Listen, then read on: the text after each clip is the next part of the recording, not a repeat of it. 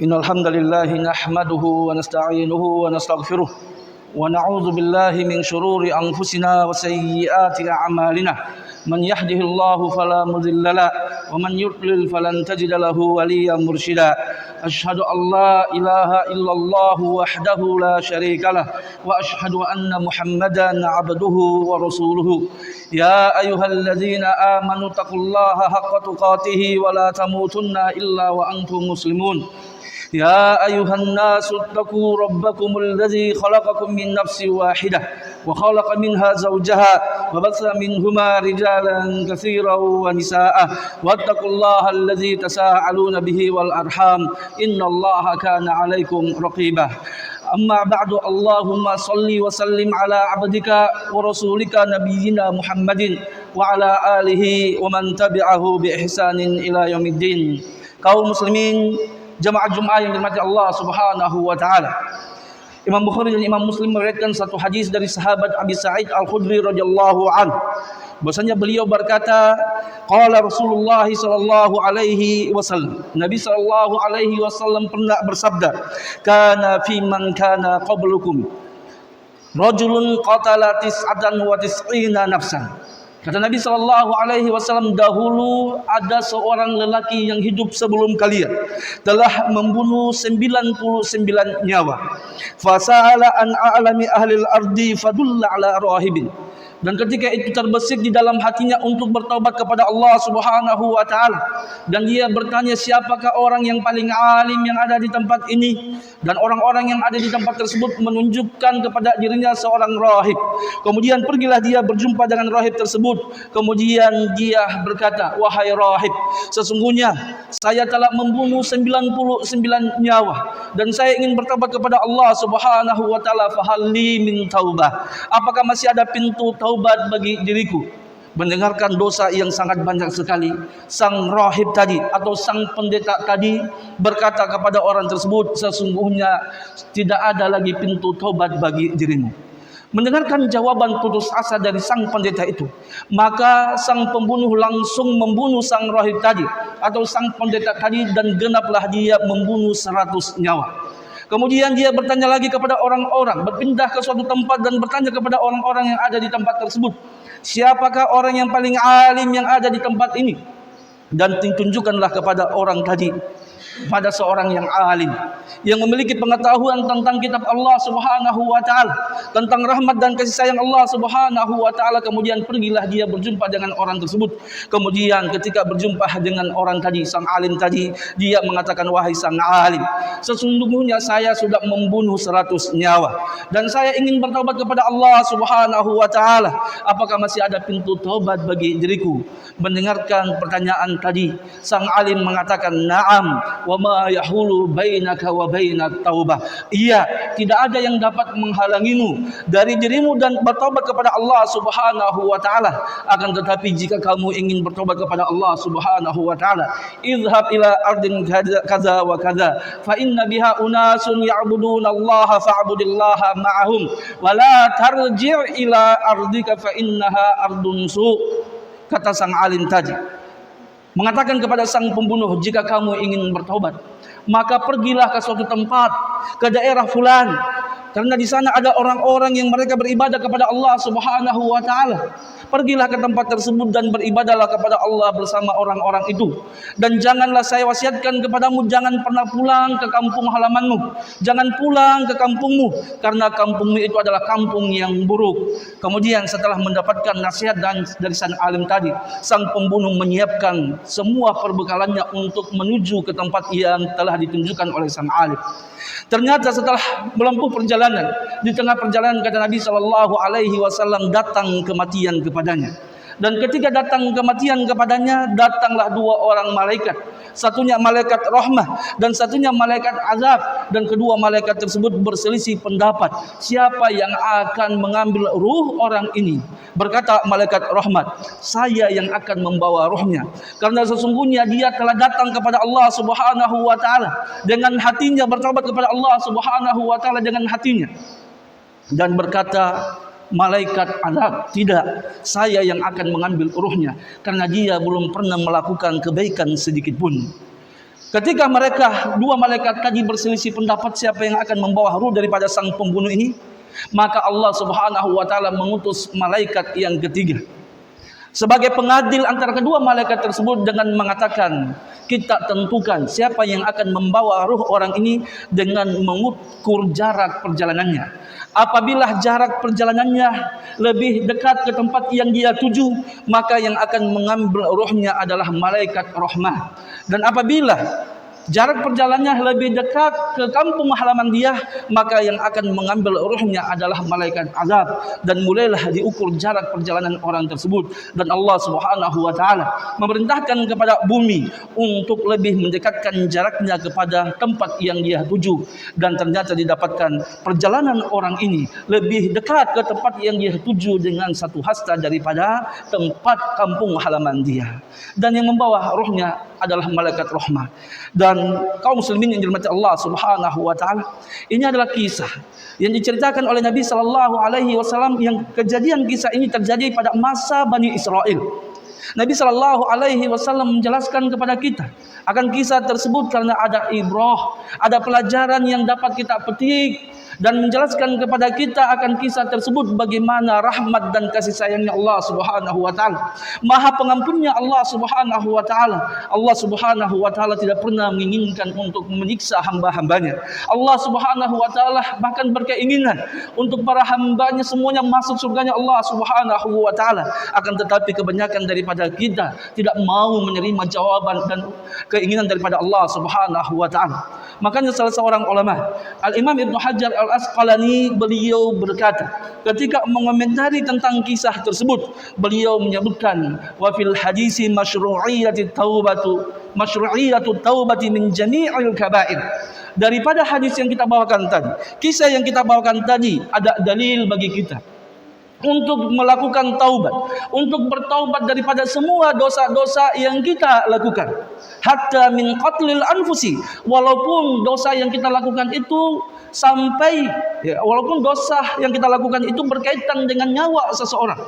Tentunya kaum muslimin dirahmati Allah Subhanahu wa taala, kita sudah mengetahui bahwasanya Allah Subhanahu wa taala sebagaimana dalam hadisnya Nabi sallallahu alaihi wasallam menyebutkan, Allah tidak akan mengampuni dosa seseorang apabila berkaitan dengan hak-hak orang tersebut sampai dia meminta ampun, meminta maaf kepada orang-orang yang telah dia zalimi. Tetapi dalam hadis ini menjelaskan kepada kita sebagaimana yang dikatakan oleh Imam Ibnu Hajar, bahwasanya kita wajib bertaubat kepada Allah Subhanahu wa taala walaupun itu kaitannya dengan hak-hak manusia. Dan beliau mengatakan wa yuhmalu annallaha idza qabala taubatal abdi takaffala biridha khasmihi yaumal qiyamah. Dipahami daripada kisah tadi yang kita jelaskan bahwasanya Allah Subhanahu wa taala apabila telah menerima taubatnya seorang hamba walaupun itu berkaitan nyawa orang-orang yang telah dia zalimi, yang telah dia hilangkan, maka kelak di akhirat nanti Allah Subhanahu wa taala yang akan memberikan jaminan kepada mereka untuk mendapatkan ridha daripada orang-orang yang telah dia bunuh, ridha daripada orang-orang yang telah dia sakiti dan dia zalimi. Oleh karena itu kaum muslimin dirahmati Allah Subhanahu wa taala, tidak ada alasan bagi kita untuk berputus asa daripada rahmatnya Allah Subhanahu wa taala. Bagaimanapun besarnya masa lalu kita, bagaimanapun besarnya kezaliman kita kepada Allah Subhanahu wa taala dan sesama manusia, Allah Subhanahu wa taala tetap mengajak kepada kita untuk kembali kepadanya sebagaimana yang Allah Subhanahu wa taala sebutkan dalam Al-Qur'an. Dalam surat At-Tahrim Allah Subhanahu wa taala berfirman, ya ayyuhallazina amanu tubu ilallahi taubatan nasuha. Wahai orang-orang yang beriman, hendaklah kalian bertaubat kepada Allah Subhanahu wa taala dengan sebenar-benarnya taubat. Allah Subhanahu wa taala mempertanyakan kepada kita semuanya kaum muslimin dirahmati Allah Subhanahu wa taala, kenapa kita enggan untuk kenapa kita enggan untuk bertaubat kepada Allah Subhanahu wa taala? Dalam surat Al-Maidah Allah Subhanahu wa taala berfirman, afala yatubuna ilallahi wa yastaghfirunahu wallahu ghafurur rahim. Kenapa para manusia tidak mau bertobat kepadaku, kata Allah Subhanahu wa taala, dan meminta ampun atas kesalahan-kesalahan mereka, sementara Allah Subhanahu wa taala Maha Pengampun lagi Maha Penyayang. Kaum muslimin yang dirahmati Allah Subhanahu wa taala, Allah Subhanahu wa taala senantiasa menunggu taubat kita. Salah satu rahmat yang Allah berikan kepada kita, Allah tidak langsung memberikan hukuman atas dosa-dosa yang kita lakukan, tetapi Allah Subhanahu wa taala mengulur daripada hukuman-hukuman atas dosa-dosa kita. Tujuannya adalah satu, memberikan kesempatan kepada kita semuanya untuk kembali kepada Allah Subhanahu wa taala. Dalam salah satu hadis Nabi sallallahu alaihi wasallam menyebutkan, "Innallaha yabsutu yadahu fil laili liyatuba musii'an nahar wa yabsutu yadahu fin nahari liyatuba musii'al lail hatta tatla asyamsu min maghribiha." Kata Nabi sallallahu alaihi wasallam, bahwasanya pada malam hari Allah Subhanahu wa taala senantiasa membentangkan tangannya. Tujuannya cuma satu, menunggu taubatnya orang-orang yang melakukan dosa pada siang hari. Dan ketika datang siang hari, maka Allah kembali membentangkan tangannya. Tujuannya adalah satu, untuk menunggu taubatnya orang-orang yang melakukan dosa pada malam hari. Dan ini terus dilakukan oleh Allah Subhanahu wa taala sampai terbitnya matahari daripada arah barat ketika datangnya hari kiamat. Aqulu ma tasma'un wa astaghfirullah li wa lakum min kulli dhanbin fastaghfiruh innahu huwal ghafurur rahim.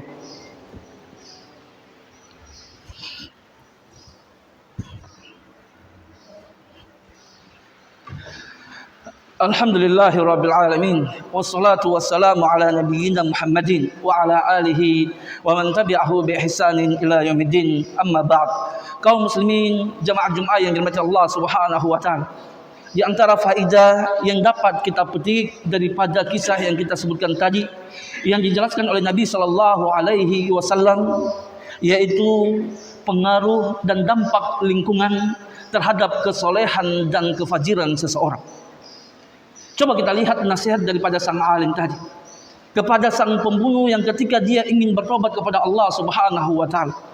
Keinginan kita ingin berubah, keinginan kita bertobat kepada Allah Subhanahu wa taala tidak boleh hanya cukup sekedar keinginan saja. Tetapi kita harus melakukan langkah-langkah dan tindakan-tindakan yang dapat membawa kita, memudahkan kita untuk bertobat kepada Allah Subhanahu wa taala.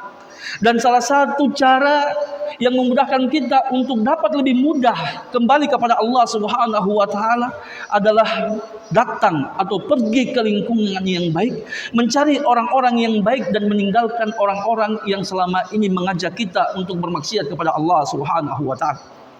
Sangat sulit bagi seseorang, dia ingin berubah tetapi dia masih terus bergaul dengan orang-orang, teman-teman yang selama ini membawa dia bermaksiat kepada Allah Subhanahu wa taala. Coba kita lihat nasihat daripada sang alim tadi.